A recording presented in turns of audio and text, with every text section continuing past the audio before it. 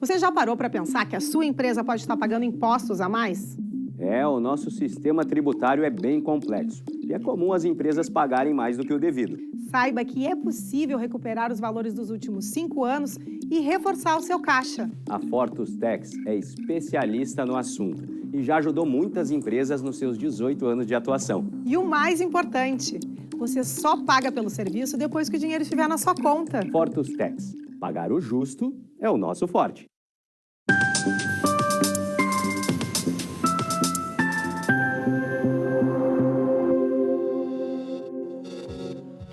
Olá, sejam todos muito bem-vindos. Está no ar o programa Papo Certo de hoje.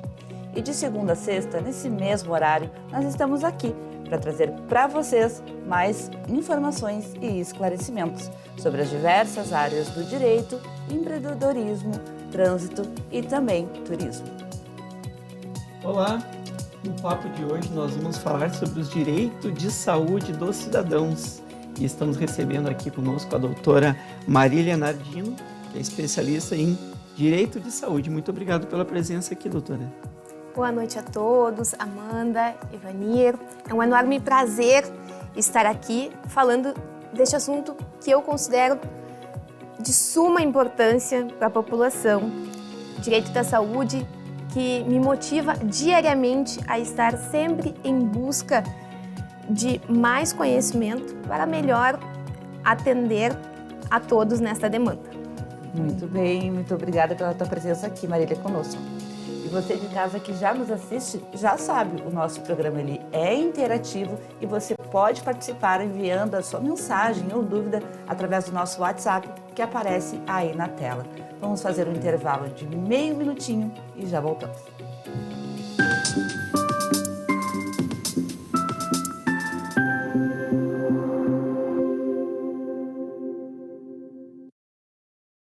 Tá difícil encontrar o profissional certo para a sua empresa? Precisa de alguém detalhista para aquela vaga no financeiro?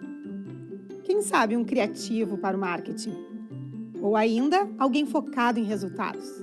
A Fortus RH utiliza técnicas de seleção e processos estruturados, realizando entrevistas e aplicando provas e testes específicos. Tudo isso para buscar a pessoa certa para a vaga certa. Fortus RH. Conectar pessoas é o nosso forte.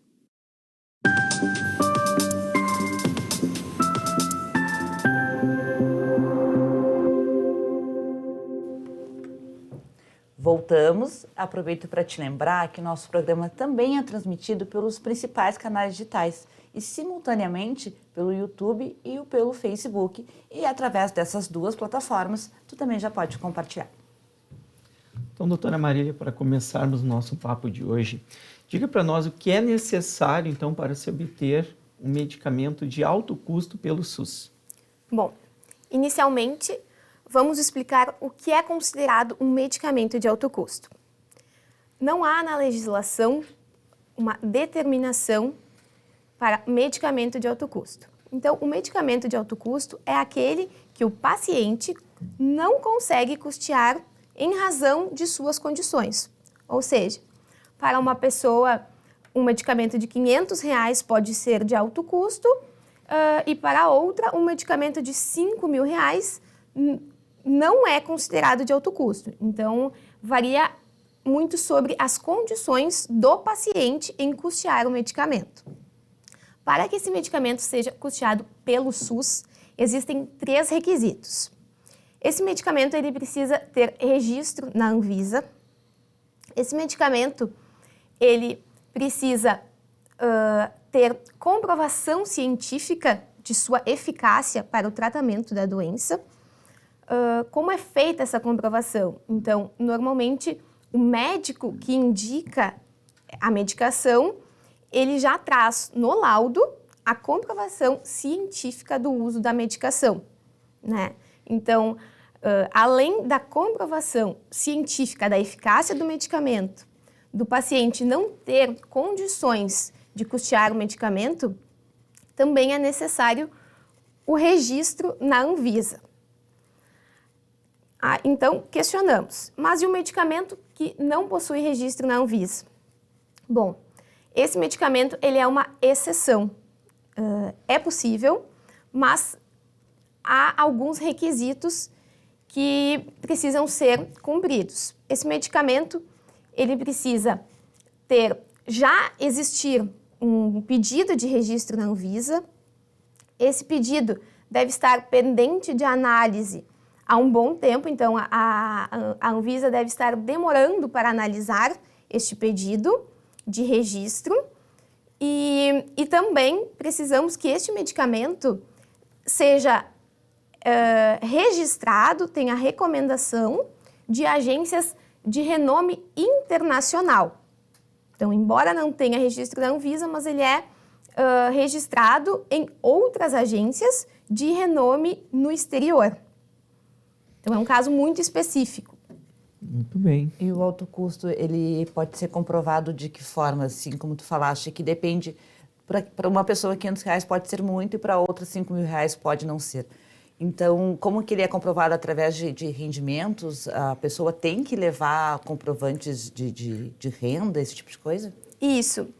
Essa medicação, então, normalmente ela vai ser negada, né? Porque se ela não, a gente tem uma lista de medicamentos do SUS, né? Então, se esse medicamento está na lista do SUS, todos nós, independente da condição financeira, temos acesso, né? Então, essa medicação, ela vai estar fora da lista do SUS, mas o cidadão vai solicitar ao SUS, o SUS vai negar, e aí é que entra a figura do advogado que vai buscar essa demanda judicialmente. Então, no processo, será necessário comprovar que o paciente não possui condições financeiras para adquirir esse medicamento. É juntado orçamentos do medicamento, comprovando o valor, né? E também os comprovantes de rendimento da pessoa que fará o uso da medicação. Isso sempre via judicial, doutora? Porque a gente está falando aqui um medicamento de alto custo e a gente está falando também de medicamentos fora do comum, vamos dizer assim. O comum, a senhora já deixou claro que o SUS fornece. Isso. Mas é via judicial esse fornecimento? Se o medicamento não está na lista do SUS, dificilmente haverá uma concessão administrativa, que a gente chama, né? Sim. Dificilmente o município vai fornecer esse medicamento se ele não está na lista do SUS. E a senhora acredita que seja aconselhável obter uma orientação jurídica, preventiva, como eu sempre digo, também para fazer a solicitação administrativa? Isso seria um pré-requisito para futuramente pleitear judicialmente? Com certeza. Pois, como eu alertei no início da explicação, há requisitos que precisam ser cumpridos. E um deles é comprovar a eficácia desse medicamento. Então, eu preciso comprovar que esse medicamento é necessário ao paciente.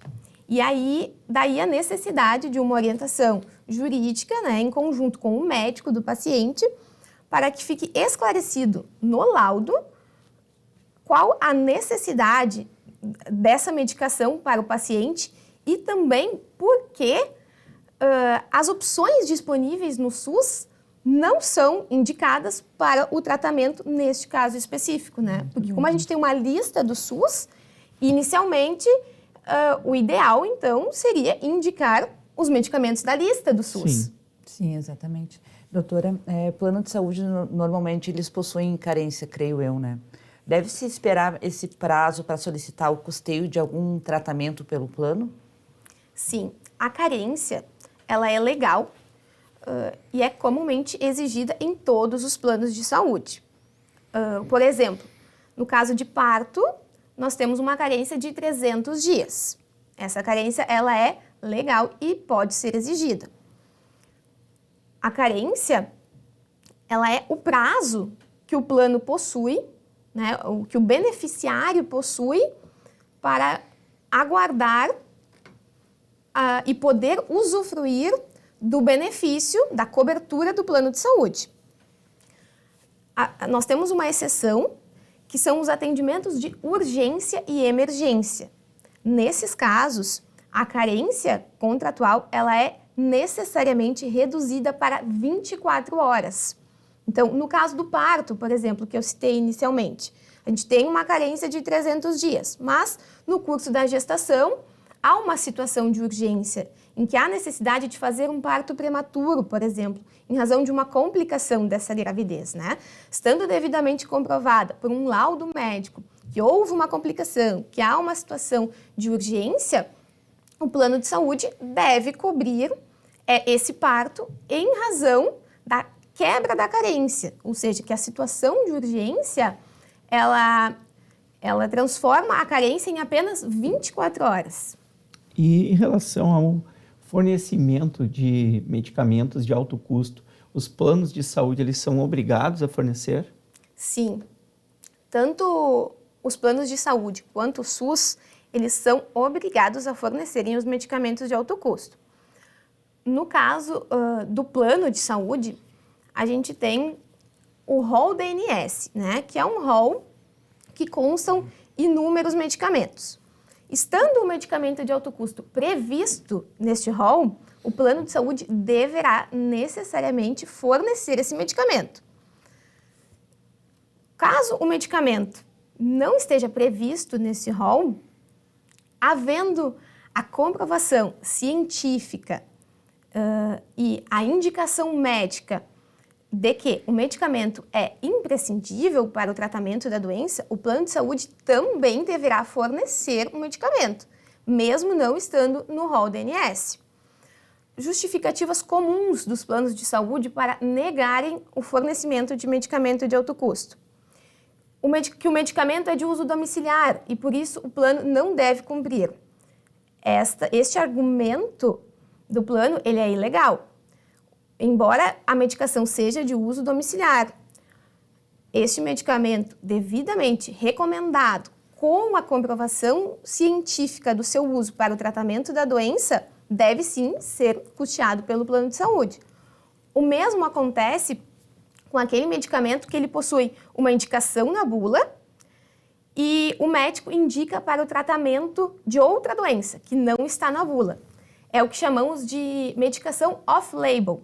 Essa medicação também deve ser custeada pelo plano de saúde. Então, essas três são as negativas mais comuns fornecidas pelo plano de saúde. A medicação que não irá fornecer em razão de ser uma medicação off-label, de uso domiciliar ou por não constar no rol DNS. Mas todas essas negativas são consideradas abusivas se o paciente necessita do medicamento e comprova isso mediante um laudo médico. Doutora, o que é uma liminar em ações de saúde? Uma liminar é uma decisão que o juiz profere antes do final do processo. É o que a gente chama de decisão de mérito, antecipar o mérito do processo. A decisão que ele daria somente ao final do processo, ele fará de forma antecipada. Essa decisão, ela pode ser revista no momento da sentença, né? Mas é muito utilizada nas ações de saúde porque, comumente, nós estamos lidando com situações de urgência, de emergência, em que o paciente necessita fazer o uso da medicação, realizar o procedimento de forma imediata, pois se não fizer na sequência, né, ele pode ter inúmeros prejuízos, correr riscos, inclusive risco de morte. Então, nos processos de saúde, esse pedido liminar, ele é feito para antecipar a decisão do juiz para que ele determine o custeio pelo plano de saúde ou pelo SUS do procedimento ou do tratamento necessário ao paciente. E todo exame deve ser custeado pelo plano de saúde? Todo exame que houver recomendação científica, né, que tiver uma comprovação científica para a utilização no diagnóstico ou no tratamento da doença. Como eu mencionei antes, estando no rol da ANS, esse exame deve necessariamente ser custeado pelo plano de saúde. Se o exame não constar no rol, o paciente deverá comprovar que este exame possui evidências científicas da sua utilização para o diagnóstico e tratamento daquela doença. Doutora, quero te pedir agora para falar para nós, pessoal de casa aí que está nos assistindo, o que é, então, o reembolso por plano de saúde ou do plano de saúde? O reembolso é quando um beneficiário do plano de saúde paga o serviço em saúde de forma particular. Ele vai lá, paga o serviço e depois busca esse ressarcimento no plano de saúde. Esse reembolso, ele pode estar previsto no contrato do plano de saúde, né? E o beneficiário, ele pode, por vontade sua, fazer na rede particular e depois buscar o reembolso. Ou, numa situação de urgência, eu tenho um plano de abrangência regional, estou viajando, tenho uma situação de urgência e emergência, preciso de atendimento, faço o atendimento de forma particular, pago e posteriormente busco o reembolso junto ao plano. Ou nas situações em que o paciente solicita o procedimento ao plano de saúde, o plano de saúde, no momento, não consegue atender, ele não consegue cumprir os prazos previstos na ANS, ou ainda ele não possui estrutura para fornecer esse atendimento. Então, são casos em que haverá o reembolso. E tem um prazo para esse reembolso acontecer? Sim, o prazo, a partir do requerimento do beneficiário junto ao plano de saúde, é de 30 dias úteis. 30 dias. Gente, o papo tá bom, mas eu vou chamar um intervalinho rapidinho, a gente já volta aqui com o Papo Certo, a seguir então mais sobre direito de saúde. Fique com a gente.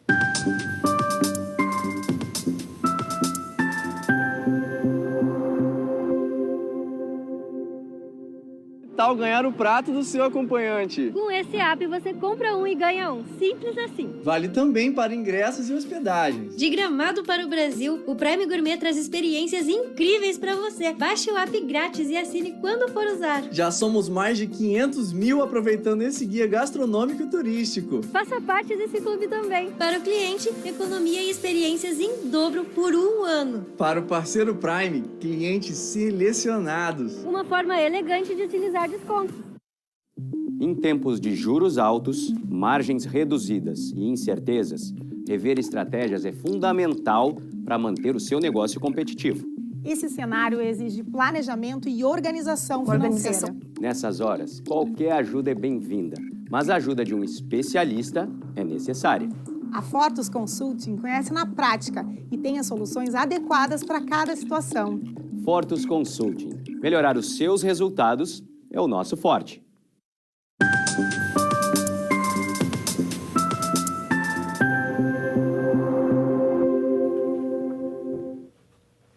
Iniciando o nosso segundo bloco, então, está conosco hoje a doutora Marília. Estamos falando sobre direito de saúde e vocês estão convidadíssimos a enviar a sua mensagem e também participar do nosso programa. Doutora Marília, dando continuidade no nosso papo de hoje, há um valor mínimo referente ao valor reembolsado pelos planos de saúde? Vamos lá. Não há na legislação um valor estipulado. O que a legislação estipula é que o plano de saúde não poderá reembolsar valor menor do que ele pagaria à rede credenciada. Por exemplo, fiz um exame de ressonância magnética, né? O reembolso desse exame não poderá ser inferior ao valor que o plano pagaria por essa ressonância dentro da sua rede. Mas hoje em dia a gente tem uma dificuldade muito grande de comprovar qual seria o valor que o plano pagaria dentro da sua rede. Então, o que acontece normalmente é que os planos de saúde que oferecem o reembolso, que oferecem essa modalidade de reembolso, eles possuem uma tabela que chama a tabela de reembolso. E essa tabela, necessariamente, ela deve constar no contrato do plano de saúde. Se você possui um plano de saúde com a opção de reembolso e não possui essa tabela, a gente recomenda que você questione junto ao plano e busque saber de todos esses valores. Até para numa eventual situação em que você queira utilizar o reembolso, saber se vale ou não se compensa esse reembolso. Mas, Inclusive, doutora, esses planos de saúde, eles são obrigados a fazerem o reembolso ou não é obrigatório? ele é obrigatório em 2 casos, né, para todos os planos. O reembolso contratual é aquele previsto no contrato. Então, se a gente tem um contrato que prevê o reembolso, você pode fazer na rede particular e buscar o reembolso contratual. Agora, nos casos de situações de emergência, de urgência, esse reembolso ele deverá ser feito na integralidade e não no valor da tabela. Então essa é uma situação. Se eu tenho um plano e eu quero utilizar o serviço particular, eu entro numa regra de reembolso. Isso. Se for numa questão de emergência, aí o plano é obrigado a fazer o reembolso e aí substitui aquela nossa declaração de aceitar todas as condições ali na internação que todos os pacientes, quem já passou por uma emergência médica sabe como é triste ter que ler umas 8 páginas com letrinhas miúdas e assinar que aceita que ele vai arcar com um custo. Mas neste caso, o custo é do plano? Isso. A gente tem uma situação, eu tenho uma situação de urgência. No local onde eu estou, não há rede credenciada, né? Eu tenho um plano regional do Vale do Taquari, que tem abrangência somente no Vale. Eu tenho essa situação de urgência, eu passo por essa situação estando na região de Porto Alegre. E o meu plano não possui abrangência nessa região. Eu não tenho rede credenciada para me atender aqui. Bom, então eu vou fazer o atendimento particular e ser reembolsada de forma integral, porque a situação de urgência, eu não tenho condições de me deslocar até a rede credenciada. E neste caso, o plano reembolsa mais facilmente. Deveria reembolsar, né? Talvez tenha que ingressar aí com um processo de reembolso judicial. Hein? Os planos, eles tendem a reembolsar o que está na tabela e não o reembolso integral. Então, aquela minha declaração de que eu assumiria aqueles custos lá, talvez eu tenha que, no primeiro momento, arcar com aquele custo. Isso, é. Mas é sempre necessário a gente identificar. É uma situação de urgência? É um atendimento eletivo? Né? Então, estou por uma situação de urgência. Na minha região não tem rede credenciada? Reembolso. Né? Outra situação em que é possível o reembolso é quando eu preciso do procedimento, eu preciso do atendimento, da consulta, e o plano não me disponibiliza esse atendimento, né? Os planos, eles têm prazos mínimos de atendimento. Então, eu preciso de uma consulta simples, por exemplo, uma consulta com um clínico geral. O plano, ele tem 7 dias úteis para me ofertar essa consulta. Se o plano não me oferece neste prazo... 7 dias? Veja, eu tenho um plano e, via de regra, no início do mês, eles dizem, abriram as agendas. E aí eu tenho lá o meu médico e eu não consigo ser tão rápido, em meia hora, porque é assim que acontece nos planos. Realmente. Mas em meia hora já se estoura a agenda do médico daquele mês, que é o médico referenciado pelo plano. Eles têm 7 dias para abrir essa agenda ou eu posso procurar outro? Seria isso? Isso, na verdade é assim, 7 dias para as consultas básicas, né? Ginecologia, pediatria, clínico geral, cirurgião geral, mas as consultas com especialistas, então a gente passa para 14 dias. 14, tá? Mesmo assim é rápido. E não 14 dias úteis, né? Úteis. Qual é o indicado? Bom, preciso de uma consulta com um oftalmologista. Liguei para aquele oftalmologista que eu conheço, ele não possui agenda dentro dos 14 dias. Eu preciso entrar em contato com o plano de saúde, né? Um contato que você pode comprovar, recomenda-se um e-mail, por exemplo, pedindo que o plano indique um profissional oftalmologista que nos atenda dentro desses 14 dias. O plano não deu essa opção, ele não forneceu esse atendimento em 14 dias úteis, nasce o direito de fazer a consulta particular e buscar o reembolso integral do plano. porque o plano não ofereceu esse atendimento. Como são importantes esses esclarecimentos, né? Porque eu tenho plano há muitos anos e muitas coisas que a senhora está trazendo para nós aqui, eu desconhecia. Então, eu acredito que muitas pessoas, nossos telespectadores, também estão gostando das dicas, né? Com certeza. E quero te aproveitar, mudar um pouco do assunto, mas trazer, né? A gente tem mais uns 4 minutinhos de programa só. Eu gostaria de saber se o plano de saúde deve custear terapias para os autistas. Sim. O plano de saúde ele deve fornecer todas as terapias indicadas pelo médico que assiste a criança, não só o autista, como todos os demais transtornos do neurodesenvolvimento, né? Então, havendo uma indicação médica de fonoaudiologia, psicoterapia, terapia ocupacional, ecoterapia, musicoterapia, todas essas terapias devem ser fornecidas pelo plano de saúde, desde que haja uma indicação médica, né? E como no mesmo sentido dos medicamentos, né, precisa de uma evidência científica do uso dessa terapia para o tratamento do autismo ou de outro transtorno que o paciente possa ter. E há possibilidade de reembolso desses valores pagos, então, né, dessas terapias? Sim, há possibilidade, mas, primeiro, se for um reembolso contratual, em que o paciente optou por buscar na rede particular, é preciso analisar o contrato, se há previsão de reembolso. Então, o plano de saúde vai reembolsar conforme o valor que está lá na tabela do reembolso. O reembolso ele será integral quando o plano de saúde não ofertar o atendimento ao paciente ou quando ele ofertar um tratamento de modo diverso daquele recomendado pelo médico. Por exemplo, o médico recomendou uma terapia pela ciência ABA e o plano de saúde oferta uma terapia convencional. Ele nega a terapia ABA, mas oferta a terapia convencional. Então, aí nasce o direito do reembolso. Ou nos casos de descumprimento de ordem judicial. Doutora, ficaram várias perguntas pendentes.